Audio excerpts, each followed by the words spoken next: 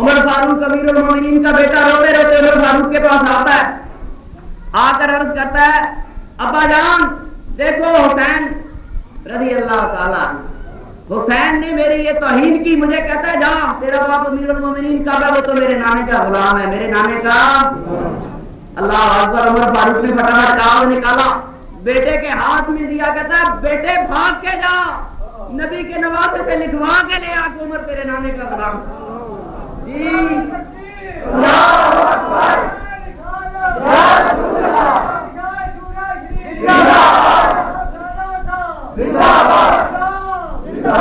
کھا کے جا لکھوا کے لا نبی کے بیٹے، نبی کے نواسے سے لکھوا کے لا۔ یہ فخر کی بات ہے، یہ بات فخر کی ہے۔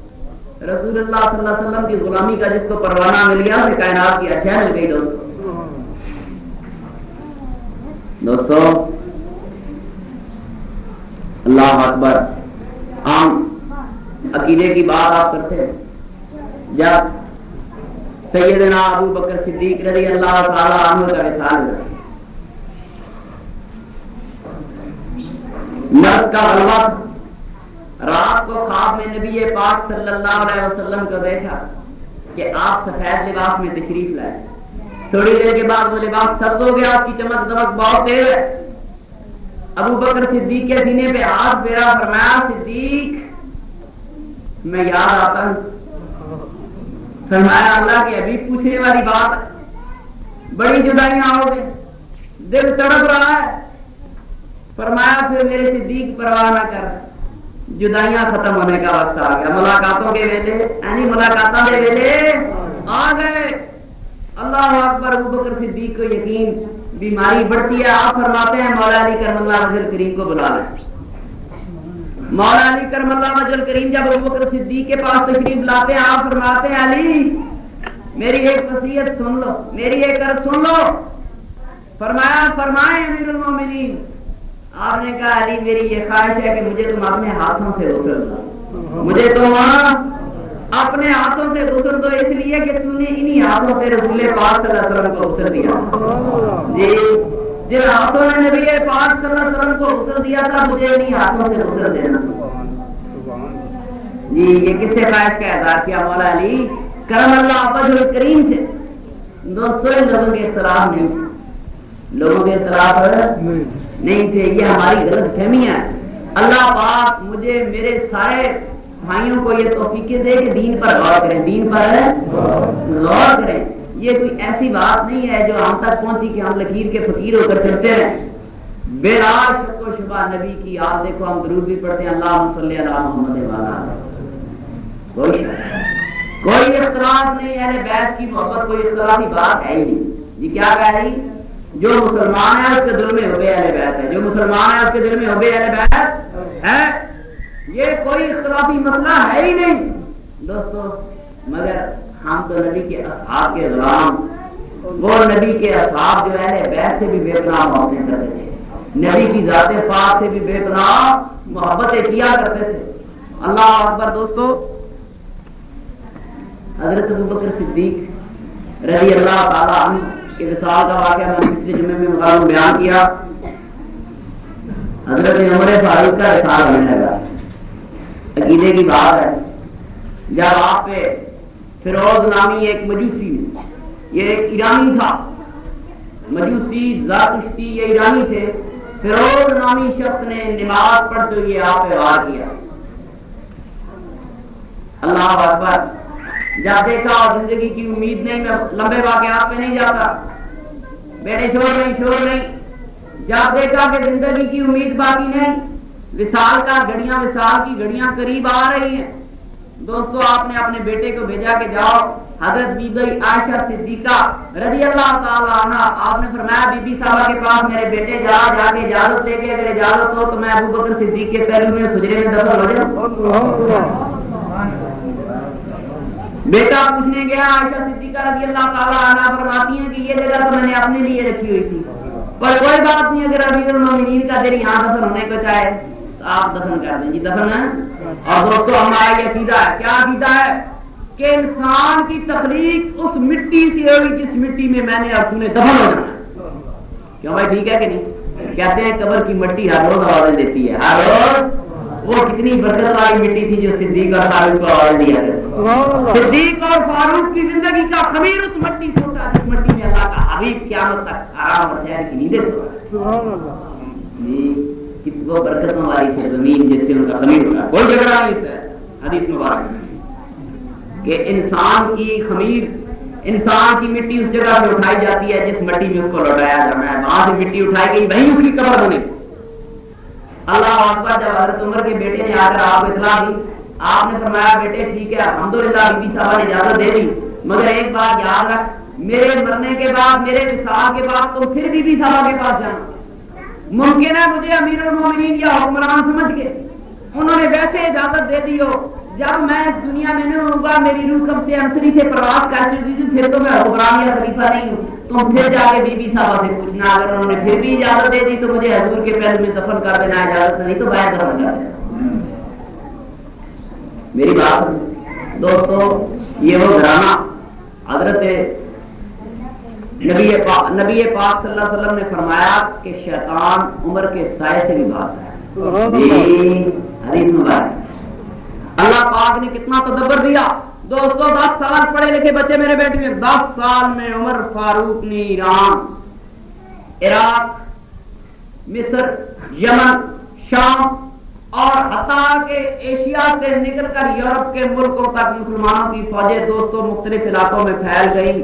کئی لاکھ مربع میل علاقہ فتح کرانے والا عمر فاروق۔ عمر ایک عیسائی مورخ کہتا ہے اگر 10 سال عمر اور رہ جاتا، 10 سال عمر اور رہ جاتا، شاید دنیا میں اور کوئی مذہب باقی نہ رہتا، مسلمان ہی مسلمان ہوتے ہر طرف۔ عمر فاروق کے متعلق پول کا خیال یہ ہے کہ 10 سال 10 سال تک اگر وہ سپیئر کر دیا جاتا زندگی، دوستوں وہ کتنا بدبخت تھا عمر فاروق کا تھا۔ کروڑوں اربوں مسلمان شاید آج یورپ میں بھی پھیلے ہوتے اگر عمر فاروق کو 10 سال اور مل گئے ہوتے۔ اور وہ عمر فاروق دوستوں حدیث مبارک میں بڑی طویل بحث ہے، میں اس طرف نہیں جاتا۔ عمر فاروق کا قربان جاؤ، عمر فاروق پہ کہتے ہیں کہ جی حضور کے علم پہ گستاخیاں کرتے ہیں۔ ایک مشہور ترین حدیث ہے دوستو، میری طرف توجہ دے، ایک حدیث مبارک کی روایت ہم تک یہ پہنچی ہے کہ نبی پاک صلی اللہ علیہ وسلم کے سفر میں جا رہے ہیں، ایک آدمی نے گھوڑے کی لگام پکڑی ہوئی ہے، آپ اسے کوئی بات سمجھاتے ہیں کہ یہ بات کرو، وہ آدمی آگے روایت کر دیتا ہے۔ اب ظاہر ہے یہ بات ایک آدمی نے سنی، زیادہ لوگوں نے نہیں سنی، یا 2 نے سنی، یا زیادہ نے نہیں سنی۔ ایسی روایت جو میں کسی آدمی کو ادھر علیحدہ کھڑا کر کے کہہ دیتا ہوں کہ جی یہ بات تم کرو، ممکن ہے وہ آپ کو غلط یا صحیح پہنچے، مگر جو بات میں بڑے جلسے میں کہوں، کیوں جی جو بات میں بڑے جلسے میں کہوں، اس کے راوی ہزاروں ہوں گے، اس کے راوی سینکڑوں ہوں گے، یہ غلط نہیں ہو سکتی۔ اللہ جانتا ہے عمر فاروق مسجد نبوی میں خطبہ دے رہے ہیں، جمعہ کا روز ہے، فاروق خطبہ دے رہے ہیں، خطبہ دیتے دیتے آپ کی آنکھیں سرخوں سے شعلے نکل رہے ہیں اور آپ فرماتے ہیں یا ساریۃ الی الجبل، یا ساریۃ الی الجبل، ساریہ ویک پہاڑ ویک، ساریہ اللہ اکبر۔ ہم تو مسلمان عمر فاروق مدینہ منورہ مسجد نبوی میں بیٹھے اور دوستو دوسری طرف ساریہ ایران چلا رہا، حضرت ساریہ کسے لڑ رہے ہیں؟ 1000 میل کا فاصلہ، اللہ اکبر، جنگ ہو رہی ہے، پہاڑ دے پچھوں دشمن کا لشکر آ کے حضرت ساریہ سے حملہ کرنے لگا۔ اجا دشمن پہاڑ دے پیچھے آ رہے، عمر فاروق کی آواز اسلامی لشکر پہنچ گئی ہے یا ساریہ سے لڑ جاؤ جی، کتنے 1000 میل تک یا ساریہ تو، اور مسجد نبوی نے 1000 مومنین گواہی دینے والے، 1000 کا لشکر گواہی دینے والا، عمر فاروق کی آواز مدینہ منورہ تو ایران پہ پہنچتی۔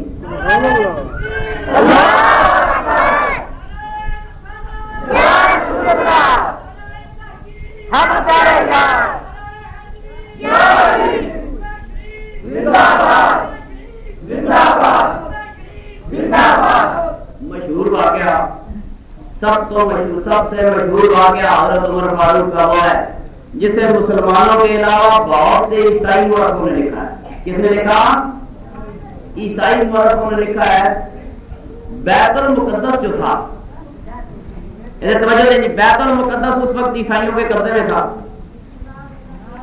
رومیوں کے قبضے میں تھا۔ جب اسلامی لشکر نے بیت المقدس کو حضرت خالد بن ولید نے گھیرے میں لے لیا، بیت المقدس والوں نے دیکھا کہ اب جان نہیں بچ سکتی تو انہوں نے کہا جی ہم ایک شرط پہ مسلمانوں کے ساتھ صلح کرتے ہیں. انہوں نے کہا جی کیا؟ آپ نے کہا شرط یہ ہے کہ ہمارے ساتھ صلح کا معاہدہ مسلمانوں کا امیر المومنین خود آ کے کرے. خود آ کے حضرت عمر فاروق کے دربار میں اطلاع پہنچی. آپ نے کہا بسم اللہ. آپ نے اپنی اونٹنی لی, غلام لیا اور بیت المقدس کی طرف روانہ ہو گئے. اب سفر کا معمول یہ تھا کہ ایک دن عمر فاروق سواری کرتے اور غلام کو ہار پکڑتا. ایک منزل پہ غلام سواری کرتا, امیر المومنین کو ہار پکڑتے. اللہ اکبر. سفر کرتے کرتے جس وقت بیت المقدس میں مسلمانوں کے اس امیر کا جو لاکھوں مربع میل علاقہ فتح کر چکا, وہ امیر المومنین عمر فاروق جس کی دہشت سے روما اور ایران کی سلطنتیں لرز گئی. وہ بت قدے جو ہزاروں سالوں سے, فارس کے بت قدے جو ہزاروں لاکھوں سالوں سے رچتے ایسے بجے کہ پھر جل نہ سکے. پھر جل جو بت قدے عمر فاروق نے بجائے وہ آج تک نہیں جل سکے. وہ عمر فاروق جب بیت المقدس پہنچے تو باری عمر فاروق کی تھی لگام مہار پکڑنے کی, غلام کی تھی سواری کی. غلام اٹھنی پہ سوار ہے, امیر المومنین نے لگام پکڑی ہوئی ہے. دوستو آگے آگے جا رہے ہیں. دوستو توجہ کی بات یہ ہے, عیسائیوں کے لیے یہ بات کتنی بڑی بات تھی کہ مسلمانوں کے امیر نے غلام کو بٹھایا ہوا ہے, خود پیدل چل کے آ رہا ہے. یہ لاکھوں مربع میل کی بادشاہ کا والی. پر دوستو بات تو یہ ہے کہ جو عمر فاروق اپنے غلام کا ہاتھ بھی نہیں کھاتا. جو فاروق جس کی مرضی ہے, لین پول کی, ہٹی کی, جس انگریز کی مرضی تاریخ اٹھا کر دیکھ لے اسلاموں کی رائے کہ آپ نے لگام مہار پکڑی, غلام سوارے مسلم پہ. دوستا اللہ پاک تیری آنکھیں کھولے, جو فاروق اپنے غلام کا حق نہیں کھا سکتا, رسول کا حق کبھی نہیں کھا سکتا.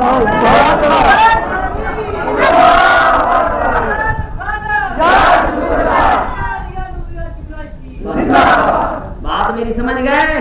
اور دوستو یہ تو غلام ہے, غلامان آل محمد والی بات. اور میرے پیارے دوستو, ان کو نبی پاک صلی اللہ علیہ وسلم سے کتنی محبت, صدیق جیسی محبت کہاں آ سکتی ہے دوست. اللہ اکبر.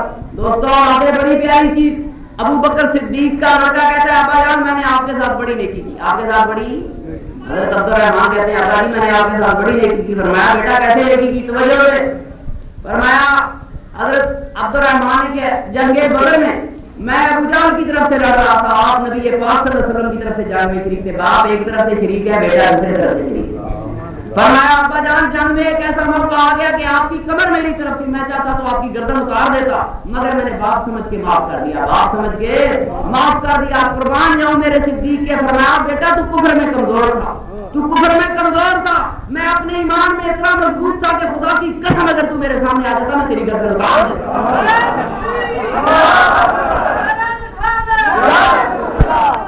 صدیق کی ایک ہی رشتہ داری پوری کائنات میں صدیق اکبر کی ایک ہی رشتہ داری ہے. ڈاکٹر اقبال فرماتے ہیں پروانے کو چراغ قبول کو بھول با, صدیق کے لیے ہے خدا کا رسول با. دنیا کا کوئی رشتہ صدیق کے سامنے رسول اللہ صلی اللہ علیہ وسلم کے رشتے سے آگے بڑھتا ہے ہی. میرے حضور کے غلام اہل سنت والجماعت بڑی شان صدیق کی حدیث مبارک میں آتا ہے کہ اللہ پاک نے روزے ادا کر کے 10 حصے کیے. یہ حدیث مبارک پیش کر رہا ہوں, بے پناہ سند ہے. 10 عقل کے حصے کیے, ایک عقل کا حصہ انبیاء کو چھوڑ کر باقی ساری مخلوقات کو دیا. کتنا جی؟ ایک حصہ, اور 9 حصے صرف عمر فاروق کو عطا فرمایا. 9 حصے تب فرمایا دوستاں بات فرمایا کہ لو کانا نبی بعدی, میرے بعد کوئی نبی ہوتا تو وہ عمر ہوتے. کیوں فرمایا؟ عمر فاروق ایمان لاتے ہیں اللہ کے حبیب سے, پوچھتے ہیں کیا اللہ کے حبیب ہم حق پر نہیں؟ جواب آتا ہے ہم یقیناً حق پر ہیں. پھر فاروق کہتا ہے اگر حق پر ہیں تو چھپ چھپ کر نمازیں کیوں پڑھے؟ آج فاروق اعلانیہ کعبے میں نماز پڑھے گا. فاروق کا کعبے میں دوستو کہنا آسان, خدا کی قسم جو نبی کی ایک ایک ادا پر خدا ہے. یہ نبی کے وہ قرآن ہیں, یہ جی بچہ ڈالے, جو میرے نبی کی ایک ایک ادا پر نثار تھے. صحابہ کرام نبی پاک کی مجلس میں فرمایا ایسے بیٹھا کرتے تھے جیسے ان کے سروں پر پرندے بیٹھے ہیں کہ ذرا ہلا تو پرندہ اڑ جائے گا. ادب کی وہ کیفیت, محبتوں کا وہ عالم. دوستو یہ لوگ وہ لوگ نہیں تھے جن پہ ہم اعتراض کرنا شروع کر.